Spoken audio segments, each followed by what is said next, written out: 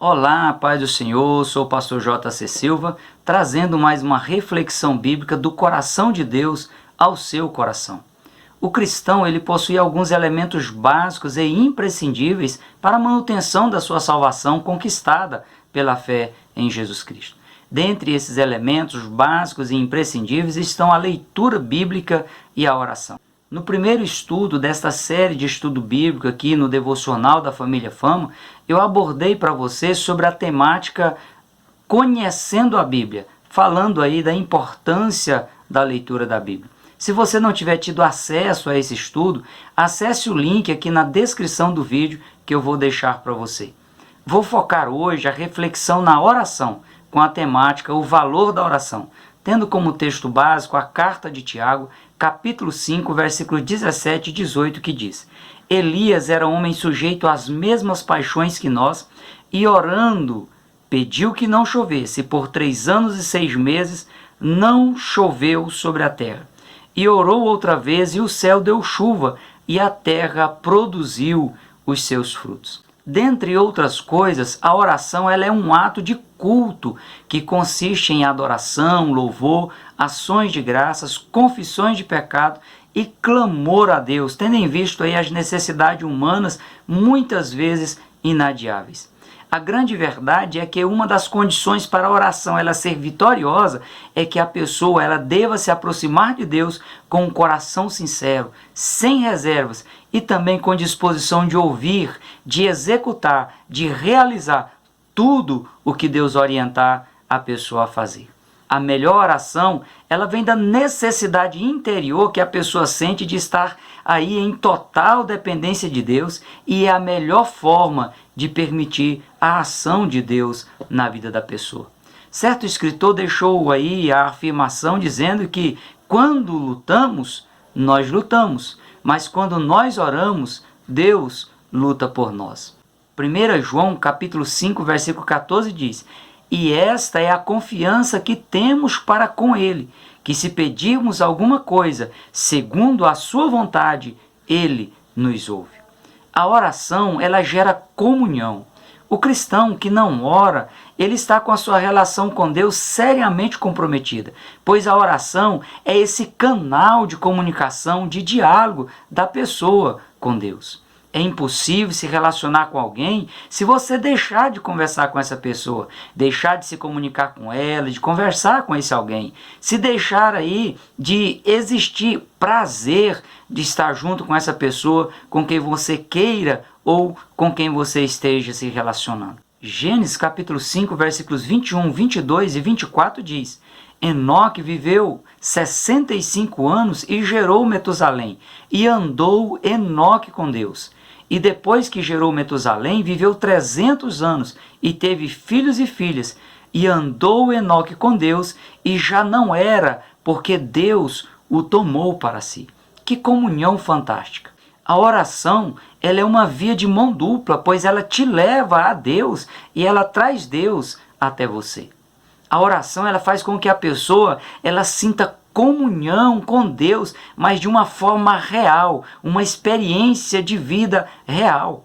Uma prova disso é a forma como os cristãos ao longo da história da igreja enfrentaram aí as arenas dos leões, os tribunais, as fogueiras, tambor de óleo fervente, pelotões de fuzilamento, prisões, fome, sede, incompreensões, perseguições e tantos outros males. Não fosse a certeza de que Deus os estava acompanhando e os condicionava a viver aqueles terríveis momentos, eles teriam negado a fé. No momento antes de Estevão ele ser apedrejado, em Atos capítulo 6, versículo 15, todos os que estavam no conselho contra Estevão, quando olhava para Estevão, via o seu rosto como o rosto de um anjo. A fisionomia humana ela é algo fantástico. Quando 2 jovens eles se casam, um passa a parecer com o outro. Quando se vê um, se lembra do outro. É uma conexão mental automática. Quanto mais tempo eles passam juntos, mais essa associação ela se torna mais forte. O que gera isso é a comunhão entre as duas pessoas. A comunhão, o estar junto, é algo tão forte que mexe com o subconsciente humano e chega até a alterar a visão da fisionomia das pessoas. Em Atos capítulo 7, versículo 54, a 60, após Estevão proferir aí um excelente sermão, ouvindo seus opositores, eles enfureceram em seus corações e rangiam os dentes contra eles. Mas Estevão, ele estava cheio do Espírito Santo. E fixando os olhos no céu, viu a glória de Deus e Jesus que estava à direita de Deus e diz: eis que vejo os céus abertos e o Filho do Homem que está em pé à mão direita de Deus. Mas eles gritaram com grande voz, taparam os ouvidos, se arremetaram unânimes contra ele e, expulsando-o da cidade, o apedrejaram. E as testemunhas puseram as suas vestes aos pés de um jovem chamado Saulo e apedrejaram Estevão, que em uma intercessão, invocando a Deus, dizia: Senhor Jesus, recebe o meu espírito. E Estevão, pondo-se de joelho, clamou com grande voz: Senhor, não lhes imputes esse pecado. E tendo dito isso, diz o texto bíblico, ele adormeceu. Que ser humano ele teria condições de agir como Estevão, caso Deus o abandonasse naquele momento de extrema dor, de extrema aflição? Deus não apenas estava com Estevão, mas também o capacitou a passar aquele momento de extrema perseguição e ainda interceder por seus algozes. Perceba ainda o alto grau de comunhão entre Estevão e Deus. Mesmo em meio à turbulência, perseguição, aos questionamentos, às suas crenças, aos seus valores, Estevão ele conseguiu visualizar o Filho do Homem, ele conseguiu visualizar Jesus à porta dos céus para confirmar que ele não estava só naquele momento. Isso só pode acontecer onde existe um alto grau de intimidade com Deus. Do contrário, as lutas vão ofuscar Deus na vida da pessoa. Veja o exemplo de Moisés em Êxodo capítulo 34, versículos 28 a 30, onde diz: Moisés esteve perante Yahvé no Monte Sinai por 40 dias e 40 noites. Não comeu nem bebeu água, e escreveu nas tábuas as palavras do concerto, os 10 mandamentos. E aconteceu que, descendo Moisés do Monte Sinai, trazendo consigo as 2 tábuas do testemunho em sua mão, Moisés não sabia que a pele do seu rosto resplandecia depois que o Senhor falara com ele. Olhando, pois, Arão e todos os filhos de Israel para Moisés, eis que a pele do seu rosto resplandecia, pelo que temeram de chegar-se a Moisés. Ainda que a pessoa ela deixe de perceber, mas quando a pessoa ela tem momento de intimidade com Deus, em oração, que ela passa tempo a estar com Deus, as pessoas elas vão notar a diferença naquela pessoa que esteve passando um momento, um período de separação com Deus em oração. O seu rosto será um rosto diferente, pois a comunhão gerada entre essa pessoa e Deus vai fazer com que essa pessoa ela seja diferente, seja um rosto de uma pessoa confiante, um rosto brilhante, um rosto que seja respeitado pelas pessoas, respeitado pela sociedade e honrada diante de Deus. A oração, ela também gera proteção, como está no livro do profeta Daniel, capítulo 6, versículos 10, 19 a 22, que diz que Daniel, quando soube que a escritura estava assinada, decretando aí a morte de quem orasse a qualquer divindade, senão ao rei Dário, já que essa pessoa que se fizesse esse tipo de oração, seria jogado na cova dos leões. Daniel, ele entrou na sua casa. Havia lá na casa de Daniel um quarto com as janelas voltadas para o rumo de Jerusalém, e 3 vezes por dia Daniel se colocava de joelho e orava e dava graças diante de Deus, como também antes ele costumava fazer. Ele não alterou a sua rotina por causa da ameaça de morte. E depois que ele foi jogado na cova dos leões, diz a Bíblia que o rei Dário ele se levanta de manhã cedo e com pressa ele vai à cova dos leões, e chegando na beira da cova dos leões ele chama Daniel com voz triste, e falando o rei disse a Daniel: Daniel, servo do Deus vivo, dar-se o caso que o teu Deus, a quem tu continuamente serves, tenha podido livrar-te dos leões? Então Daniel falou ao rei: ó rei, vive para sempre. O meu Deus enviou o seu anjo e fechou a boca dos leões para que não me fizesse dano algum, porque foi achado em mim inocência diante dele, e também contra ti, ó rei Dário, não tenho cometido delito nenhum.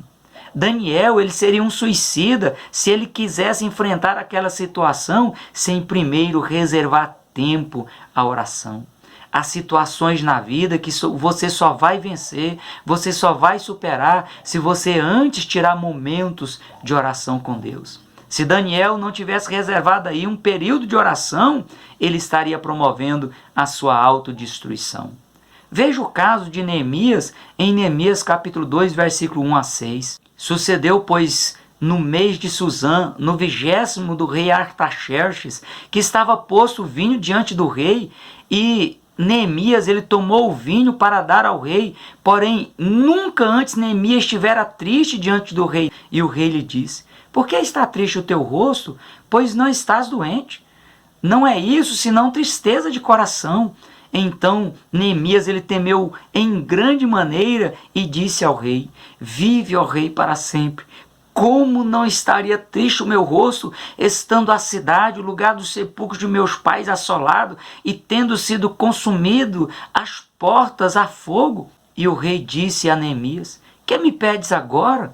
Então Neemias, ele ora ao Deus dos céus e disse ao rei: se é do agrado do rei, e se o teu servo é aceito na tua presença, eu te peço que me envies ajudar a cidade dos sepulcros dos meus pais, para que eu a edifique. Então o rei Dário disse a Neemias, estando a rainha assentado juntamente com ele: quanto tempo durará a sua viagem? Quando é que você vai voltar? E aprove ao rei enviar Neemias, apontando Neemias a ele um determinado tempo. Dentro dos costumes da época, não fosse a ação de Deus em favor de Neemias, Neemias teria sido, no mínimo, expulso da presença do rei, sem direito nenhum de retornar ao posto de copeiro do rei. Depois de orar, Neemias, ele teve a proteção divina necessária para ser aceito na presença do rei e para ser enviado para reconstruir os muros de Jerusalém, com ordem expressa do rei para que ele não fosse atrapalhado, mas ajudado pelas pessoas. Neemias, depois de orar, ele foi nomeado governador de Jerusalém, representante direto do rei. Por ele ter passado um período de oração diante do Senhor, ele teve o seu nome cravado nos anais da história como um exemplo de um homem de oração. A oração gera esclarecimento. A oração, ela traz resposta, como está no primeiro livro de Reis, capítulo 22, versículo 7 a seguir, que diz: no 3º ano sucedeu que Josafá, rei de Judá, ele desceu para se encontrar com Acabe, rei de Israel. E o rei de Israel disse aos seus servos: não sabeis vós que Ramote Gileade é nossa, e nós estamos quietos, sem a tomar das mãos do rei da Síria? Então disse a Josafá: irás tu comigo a pelejar contra Ramote Gileade? E disse Josafá ao rei de Israel: serei como tu és, e o meu povo como o teu povo, e os meus cavalos como os teus cavalos. Disse mais Josafá ao rei de Israel: consulta, porém, primeiro hoje a palavra do Senhor. Disse, porém, Josafá: não há aqui algum profeta do Senhor ao qual podemos consultar a Deus? Então disse o rei Acabe a Josafá: ainda há um homem por quem podemos consultar a Yahvé, porém eu o aborreço, porque nunca profetiza de mim bem, mas o mal. Este é Micaías, filho de Imlá. E disse Josafá: não diga isso, ó rei Acabe. E foi mandado trazer o profeta Micaías para ser consultado diante de Yahvé. 2 reis, 2 posicionamentos diferentes. Para Josafá, rei de Judá, um homem que tinha comunhão com Deus através da oração, Deus esclarecia o assunto, dando a resposta adequada: ir ou não ir à guerra. Para Acabe, rei de Israel, um homem de coração ímpio, um homem que fazia tudo contra a vontade de Deus, a resposta de Deus poderia ser a resposta que ele não queria ouvir. E isso o deixava em situação desconfortável, ao ponto de, no seu coração, aborrecer o homem de Deus. Veja o exemplo do rei Josias em 2 Crônicas, capítulo 34, versículos 19 a 22, versículo 24 e os versículos 26 a 28, que diz: Sucedeu, pois, que ouvindo o rei Josias as palavras da lei, rasgou as suas vestes e disse: Ide, consultai ao Senhor por mim e pelos que restam em Israel e em Judá, sobre as palavras desse livro que se achou, porque grande é o furor do Senhor, que se derramou sobre nós, porquanto nossos pais não guardaram a palavra de Yahvé para fazerem conforme tudo quanto está neste livro.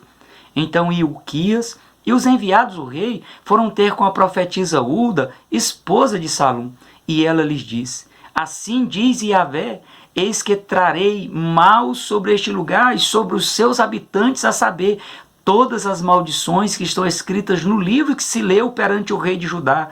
Porém o rei de Judá, que os enviou a consultar ao Senhor, assim lhes direi: Assim diz Yahvé, Deus de Israel, quanto às palavras que ouvistes, como teu coração se entremeceu e se humilhastes perante Deus, ouvindo as palavras contra este lugar e contra os seus habitantes, e te humilhastes perante mim, e rasgaste as tuas vestes, e chorastes perante mim, também eu tenho te ouvido, diz o Senhor. Eis que te ajuntarei a teus pais, e tu serás recolhido ao teu sepulcro em paz, e os teus olhos não verão todo o mal que hei de trazer sobre este lugar e sobre os seus habitantes. E os enviados do rei voltaram com a resposta ao rei Josias. Não fosse a disposição de Josias consultar ao Senhor por meio da oração da profetisa Hulda, ele teria acumulado tormento sobre si por não saber o que fazer, tendo em vista a incerteza do futuro da nação de Judá, do futuro de Israel. Outro exemplo é o exemplo de Paulo, que juntamente com 275 outros presos, eles estavam à deriva no mar Adriático, e o navio dava aí sinais claros de que não ia suportar a fúria do mar. Após receber a visita do anjo do Senhor, Paulo exortou os outros prisioneiros a se alimentarem. Em Atos capítulo 27, versículo 34 e 35, ele diz: Exorto-vos a que comais alguma coisa, pois é para a vossa saúde, porque nenhum cabelo cairá de qualquer um de vocês. Havendo dito isso, tomando pão, deu graças a Deus na presença de todos, e partindo-o, comeu, e os seus companheiros também se alimentaram. Em meio aí a uma grande tempestade, fortes ondas, se alimentaram depois de orar e profetizar que nenhum cabelo da cabeça de nenhum dos presos iria perecer naquele vendaval, naquela tempestade. A oração, ela ajusta a pessoa quanto à vontade de Deus. O cristão que tem por hábito e também por estilo de vida os princípios bíblicos relacionados à oração, ele consegue orar como Jesus ensinou a oração do Pai Nosso em Mateus capítulo 6, versículos 10 e 12, porque ele vai pedir para que Deus faça a sua vontade, tanto na terra como no céu. Ele sabe que se ele perdoar, ele também vai receber o perdão dos seus pecados. Em Atos capítulo 2, versículos 42 e 43, falando aí dos cristãos da igreja primitiva, diz que eles perseveravam na doutrina dos apóstolos, na comunhão, no partir do pão e nas orações, e em cada alma havia temor, e muitas maravilhas e sinais se faziam pelos apóstolos. A vida cristã é uma vida de convivência com o diferente. A vida cristã deve ser uma vida de comunhão, e se haver oração, diferentes pessoas, diferentes dons, um só corpo que é a igreja, vai ter harmonia.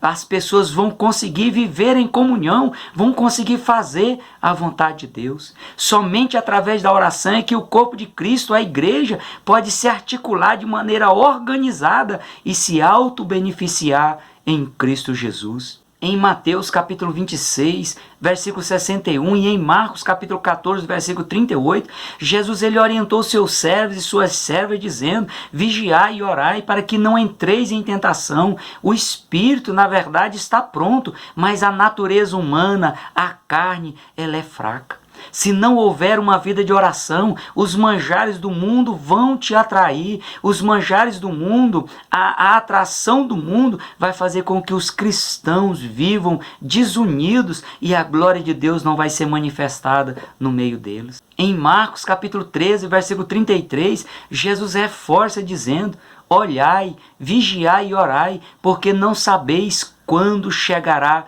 o tempo. Veja o quanto a oração é importante, até quanto a correta maneira de esperar o arrebatamento da igreja deve ser por meio da oração.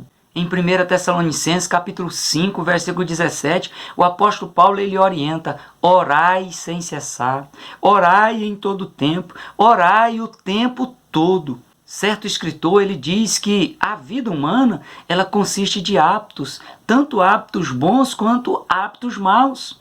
Os hábitos mais produtivos, eles são frutos da disciplina, da prática, da aplicação.